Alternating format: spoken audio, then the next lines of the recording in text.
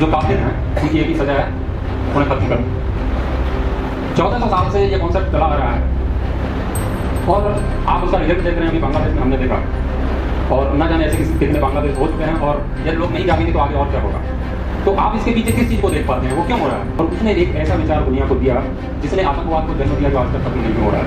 तो जीवन में महान बने हैं जिन लोगों ने भी विश्राम कर्म सीखा है, जिन लोगों ने भी तपस्या और संयम सीखा है, वो कहाँ से सीखा है? वो श्रीमद् भगवत गीता से सीखा है। वो भगवान श्री कृष्ण कुरुक्षेत्र के मैदान में हमको देते गए। पूर्ण आदर के साथ में आमंत्रित करता हूं और ये आमंत्रण का जिम्मा मैं आपको सौंपता हूं कि आज के मुख्य वक्ता जो एक योग्य विद्वान हैं, उनको आप किस तरीके से बुलाना चाहते हैं। तालियां प्रारंभ की तो 2 मिनट तक बजनी चाहिए। आचार्य श्री प्रशांत जी शर्मा।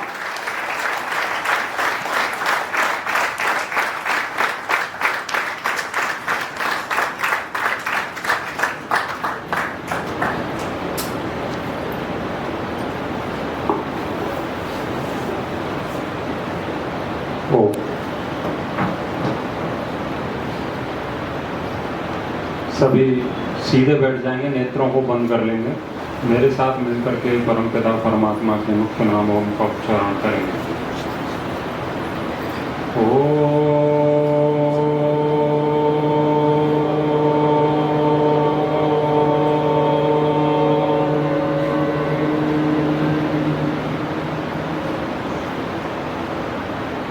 अकामो धीरो अमृतः स्वयंभू रसेन तृप्तो न कुतः शनो नः तमेव विद्वान् न विभाय मृत्योः आत्मानं धीरं अजरं युवानम् आत्मानं धीरं अजरं युवानम्।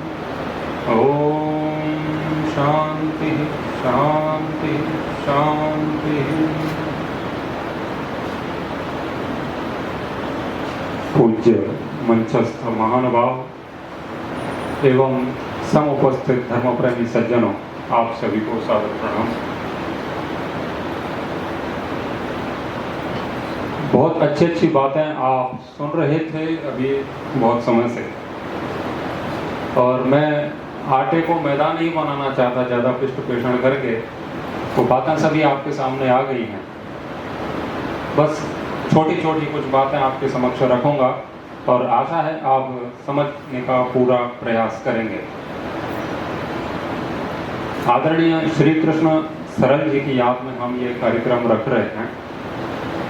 मैं आपसे पूछूं कि सबसे कठिन कार्य क्या है दुनिया का? सरल होना। बहुत बढ़िया उत्तर है। सबसे कठिन कार्य है सरल होना, और जो सरल थे उनका साहित्य हम तक पहुंचा, उनकी बातें अभी तक हो रही।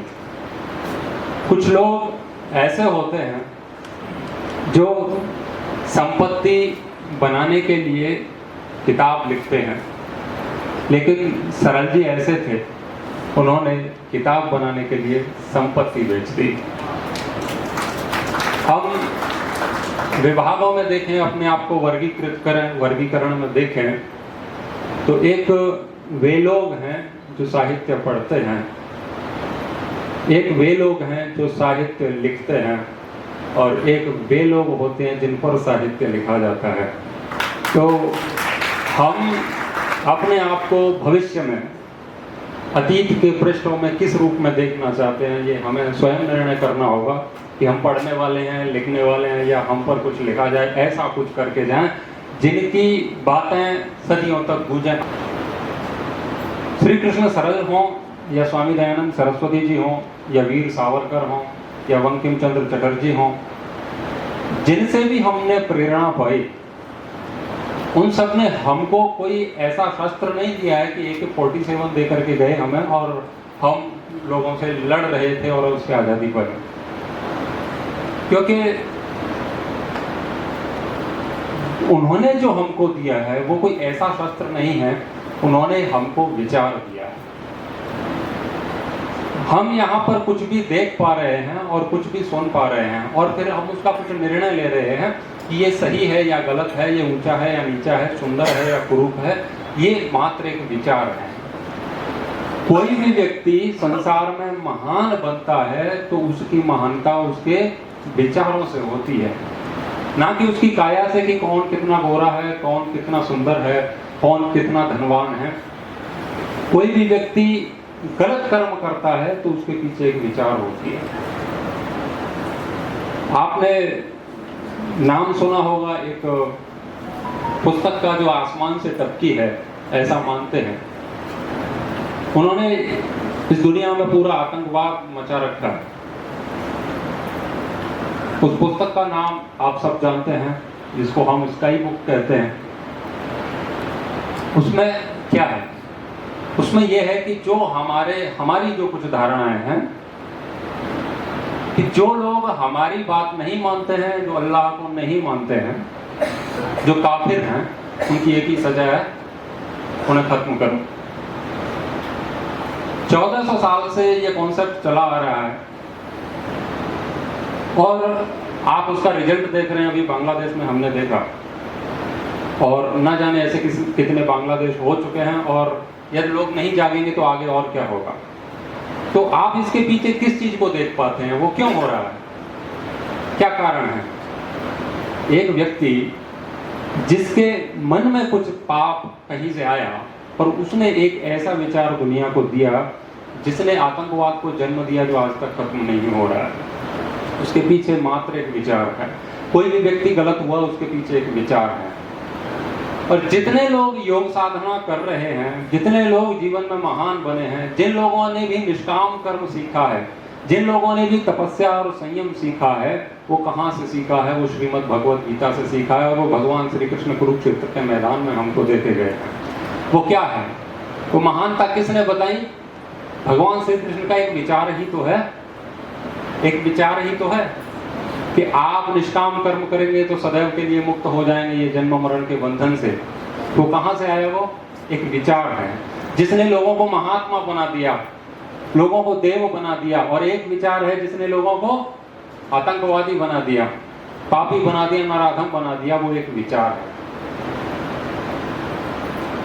स्वामी दयानंद सरस्वती जी ने सत्यार्थ प्रकाश नाम के एक ग्रंथ की रचना की, जिससे एक उस समय में एक बड़ी आर्मी खड़ी हुई, आप ऐसा कह सकते हैं। एक फिल्म और आई थी रजाकार, तो उसमें निजाम के अत्याचारों को खूब बहुत अच्छे से बताया गया है कि हिंदुओं के ऊपर कितने अत्याचार किए। तो उस समय हैदराबाद के सत्याग्रह में सबसे ज्यादा योगदान था तो वो आर्य समाज का था। तो गांधी जी ने भी कुछ ऐसे सर्वे कराए कि ये कौन सी विचारधारा है जो लोगों को खड़ा करती है देश के विरोधियों से लड़ने के लिए।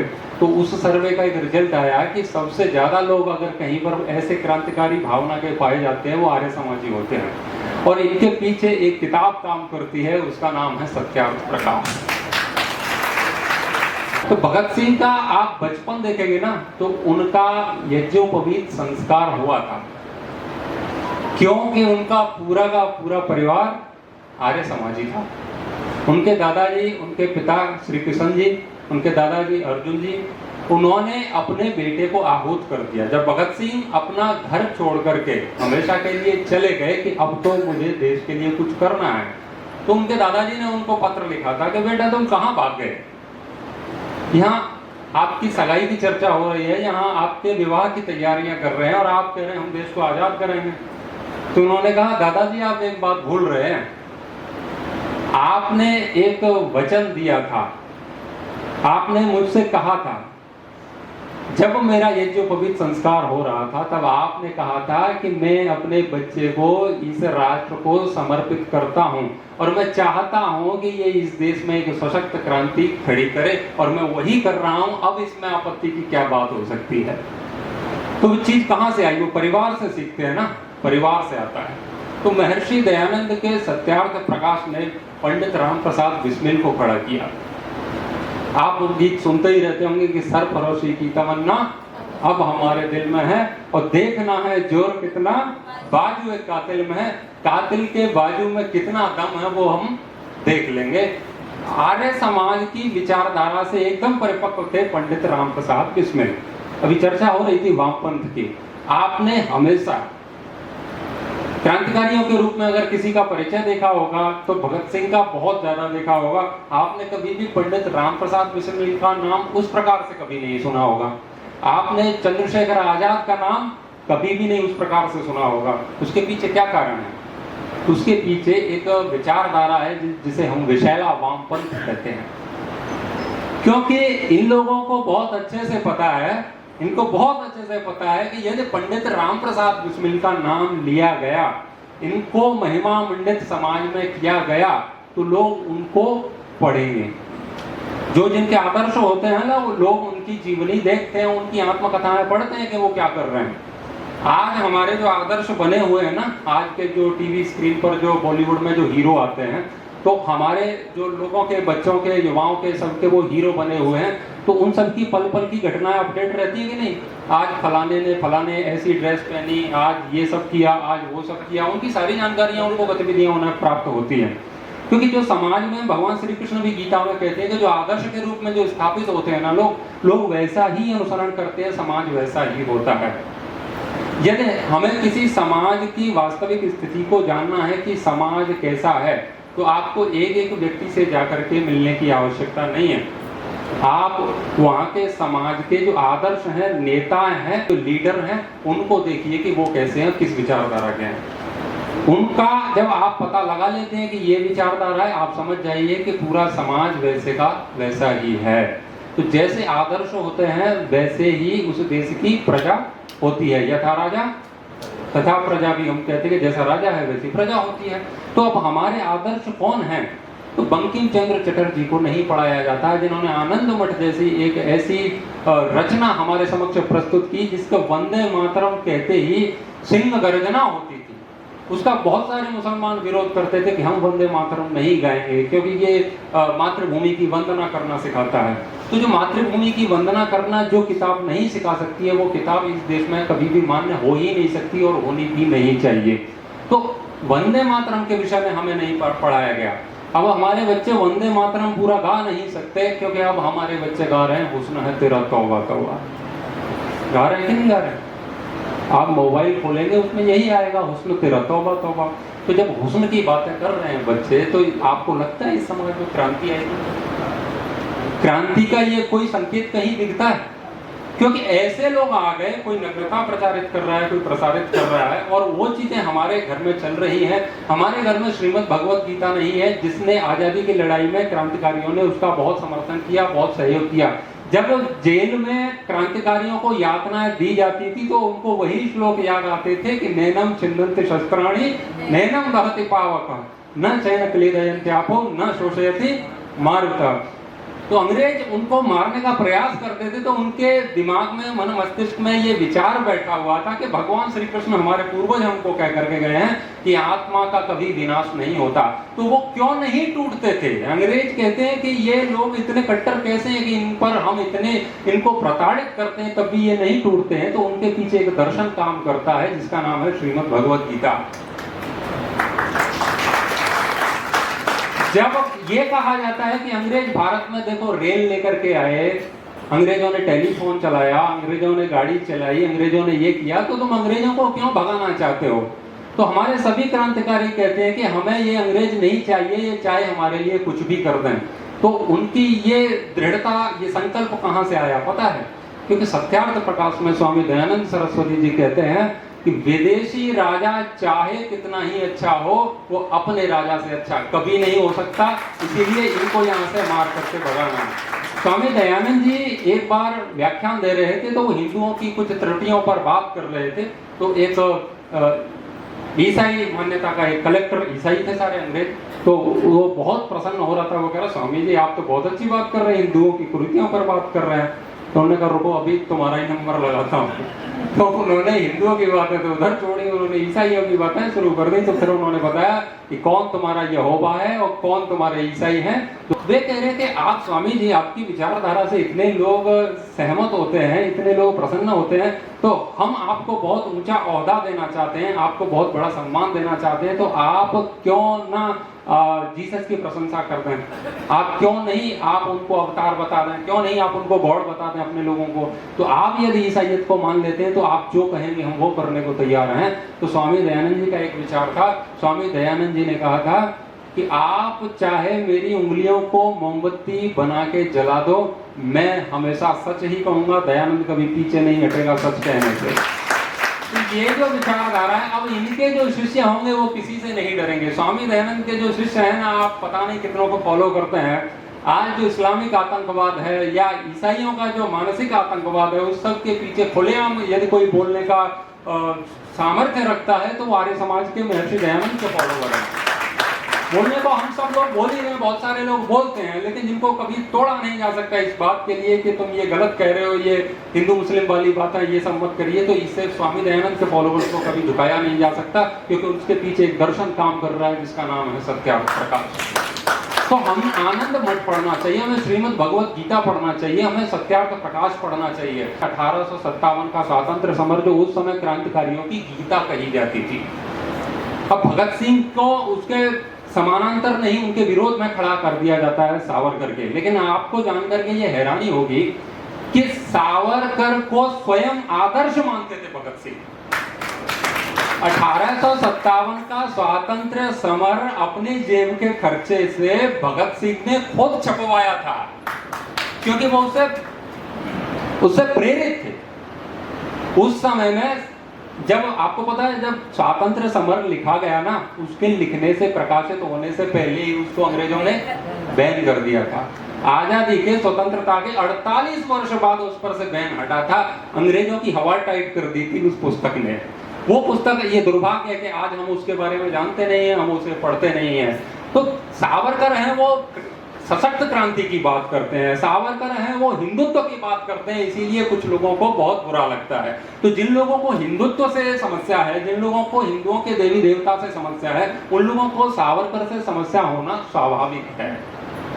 तो जो हीरो हैं उनको विलेन बनाया जा रहा है, विलेन हैं उनको हीरो बनाया जा रहा है।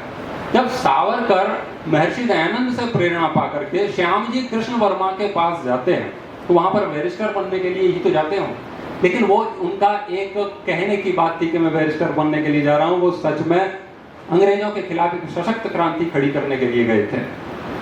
तो जब 1857 की क्रांति का 50वीं वर्षगांठ का एक आयोजन अंग्रेजों ने इंग्लैंड में किया, तब वहां पर उन्होंने एक कार्यक्रम किया, जैसे कि हम अभी कार्यक्रम कर रहे हैं।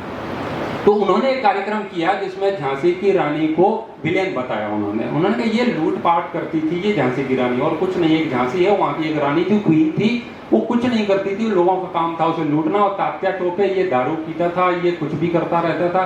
मतलब उन्होंने ऐसा प्रस्तुत किया, उसको सावरकर ने अपनी आंखों से देखा। तो उन्होंने कहा कि जिनको हम आदर्श मानते हैं, पूजते हैं, जिन्होंने भारत की स्वतंत्रता के लिए अपने जीवन को आहूत कर दिया, उनको यहाँ पर गलत तरीके से प्रस्तुत किया जा रहा है, ये क्या हो रहा है।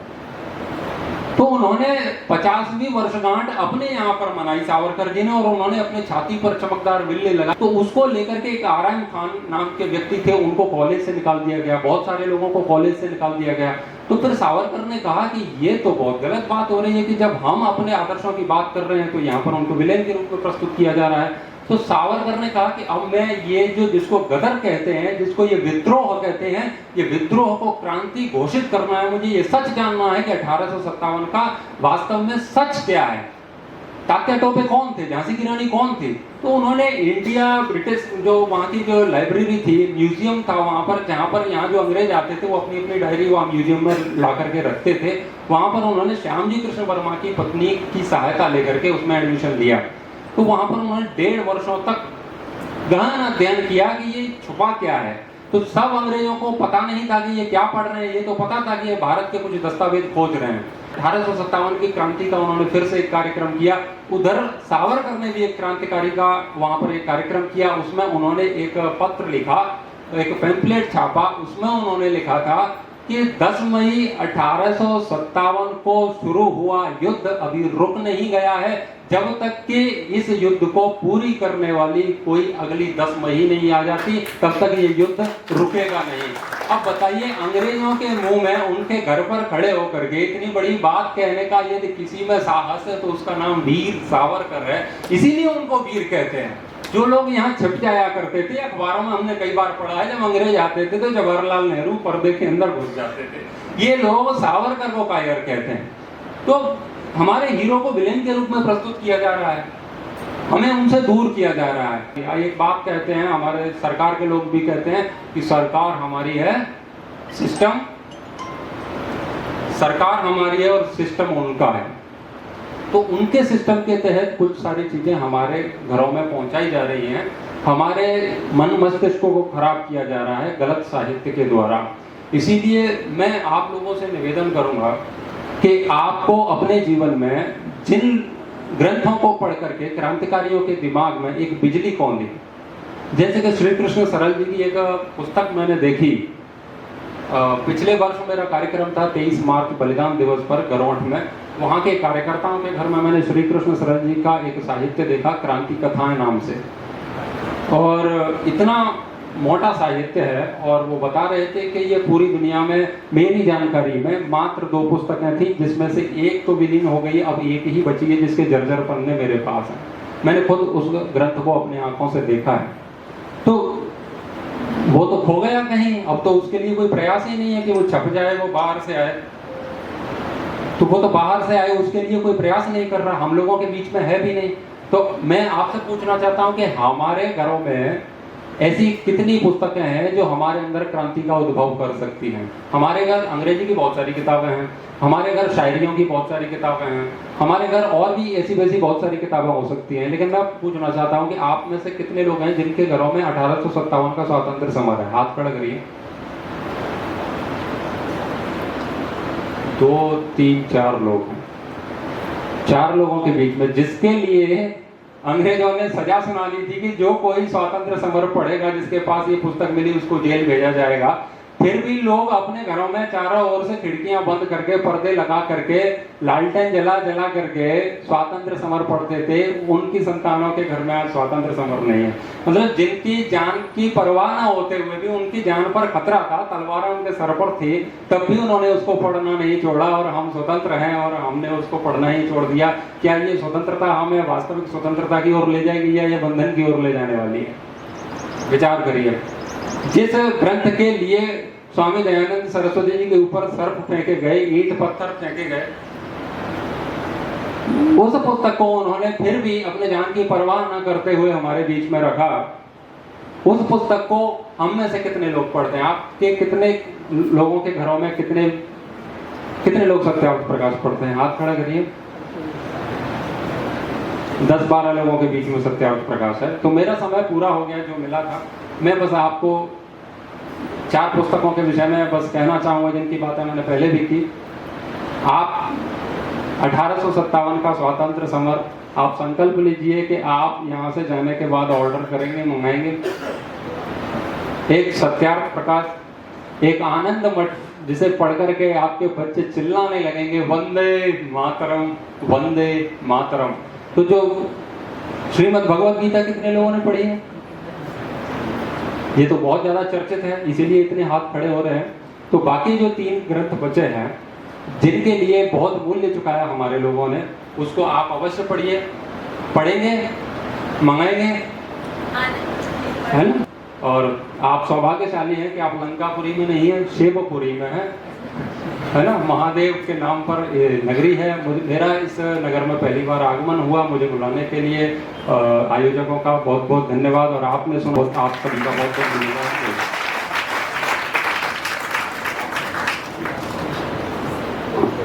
बहुत बहुत धन्यवाद आचार्य जी। आपका प्रेरक उद्बोधन निश्चित रूप से सत्यार्थ प्रकाश, 1857 एक स्वातंत्र समर और आनंदमठ इस पुस्तकों की बिक्री को बढ़ाएगा, ये विश्वास है। बहुत ही प्रेरक उद्बोधन आचार्य जी ने दिया।